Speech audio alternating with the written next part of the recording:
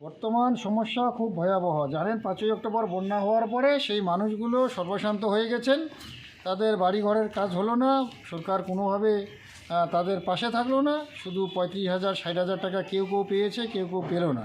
Already টাকা বরাদ্দ হওয়ার পরে তখন থেকে বরাদ্দ হয়েছে, কাজ হবে এই আশায় ভরসায় মানুষ আছে। আজ পর্যন্ত বার্তা হলো না। একের পর এক ডিএম চেঞ্জ হয়েছে একদিকে, আর একদিকে সরকারের, কেন্দ্রীয় সরকারের উদাসীনতা এবং রাজ্য সরকারের উদাসীনতার কারণে আজকে বার্তা আটকে আছে। বর্তমান সমস্যা খুব ভয়াবহ। জানেন, 5ই অক্টোবর বন্যা হওয়ার পরে সেই মানুষগুলো সর্বশান্ত হয়ে গেছেন। তাদের বাড়িঘরের কাজ হলো না, সরকার কোনোভাবে তাদের পাশে থাকলো না। শুধু 35,000 60,000 টাকা কেউ কেউ পেয়েছে, কেউ কেউ পেলো না।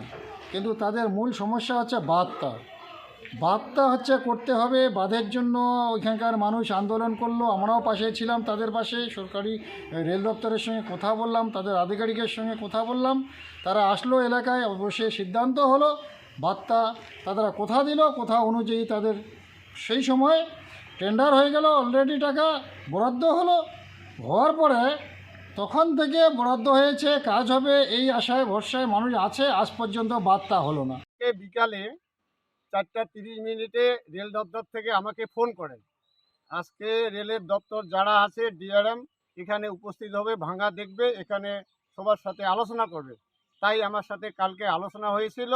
আমি হকলাবাতায় এখানে বন্যার্ত লোক এখানে যারা আছে তাদের সাথে আমি আলোচনা করি এবং আজকেও এখানে আসিয়া আলোচনা করলাম যে সাহেব যেহেতু আসবে তাহলে সবাই উপস্থিত হই। ডিএম এনওসিটা দিচ্ছে না। ডিএমের কাছে এনওসির জন্য, ক্লিয়ারেন্সের জন্য এরা এনওসিটা পাইলেই কাজটা শুরু করবে এটা বলছে। কিন্তু তারা চিঠিটা করেছে, চিঠির কপিও আমাকে দিয়েছে, আমরাও কথা বললাম।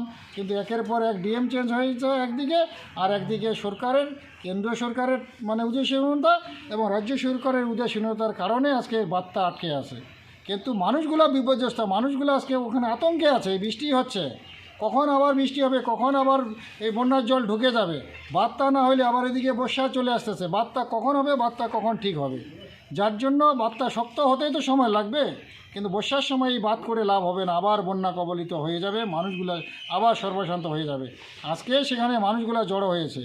রেল দপ্তর থেকে খবর আসছিল তাদের কাছে যে সেখানে নাকি রেল দপ্তর থেকে ডিআরএম সাহেব আসবেন এখানে কথা বলার জন্য। আমাকে জানাইলো সেখানকার মানুষ, আমি ছুটে গেলাম সেখানে। আলোচনা হলো, সবাই মানুষগুলো বসে আছে তাদের অপেক্ষায়, কিন্তু আসলো না রেল দপ্তর থেকে। আমি বললাম যে সাহেবকে বসার ব্যবস্থা একটা নেওয়া হয়েছিল ভিতরে। সাহেবকে বললাম যে ভিতরে বসার একটা জায়গা করা হয়েছিল, তাহলে ওইখানে বসার হবে। তো যে যার সাথে আমার আলোচনা হয় সে বললো যে ওখানে ভিতরে তো ঢুকবে না, আর ডিআরএম রেলের সামনে এখানে নেমে কথা বলে চলে যাবে। তারপরে আর একটা ভাঙা আছে, ওইখানে ডিআরএম দেখবে। এই বিষয় নিয়ে আলোচনা হয়েছিল। তারপরে এখন যেটা আলোচনা হয়ে গেল, ডিআরএম নাকি এখানে আসবে না। তারপরে ওরা বলল যে জেলা দপ্তরে যে ডিএম আছে, ওর দপ্তরে যে যে যে কটা দপ্তর আছে ওখানে সবাইকে ওরা কপি করছে বা চিঠি করছে, ওখান থেকে কোনো ডিএম এনওসি দিচ্ছে না, যার জন্য এখানে মাটির কাজ হচ্ছে না। তারা বাই ফোনে আমার সঙ্গে কথা হলো, তারা একটাই কথা বললো যে ডিএমকে তারা চিঠি করেছে, ডিএমকে কাছ থেকে এনওসিটা যদি ডিএম আজকেই দিয়ে দেয় কালকেই ওরা কাজ শুরু করবে, এটাই জানাইলো। জেলা শাসক থেকে এনওসি দেওয়া হচ্ছে না কেন? দেওয়া হচ্ছে না, এটা কী কারণ কিছুই বুঝতেছি না। এনওসি কেন দিচ্ছে না এটা তো দেখবে যারা শাসক দলের, যারা প্রশাসনে আছে তারা দেখবে, কেন্দ্রীয় সরকারের যারা প্রশাসনে আছে, যারা বিভিন্ন পদাধিকারী আছে তারা দেখবে। যেহেতু নির্বাচন চলছে, সমস্যাতে পড়ছে সাধারণ মানুষ। হ্যাঁ, সাধারণ মানুষ মারাত্মকভাবে সমস্যা আছে। তারা যেটুকু আছে তারা ঘরবাড়ির কাজ কিছুতেই করতে পারছে না। একদিকে টাকা পয়সা নেই, খাবে কি, কৃষিবাড়ি বিশেষ করে ভারী বৃষ্টির ফলে কৃষিবাড়ি তাদের নষ্ট হয়ে গেছে। তারা প্রচণ্ড আতঙ্কে আছে, বুঝলেন। বর্তমান বার্তা না হলে সেখানকার মানুষ দিশেহারা এবং সর্বশান্ত হয়ে থাকতে হবে মানুষকে।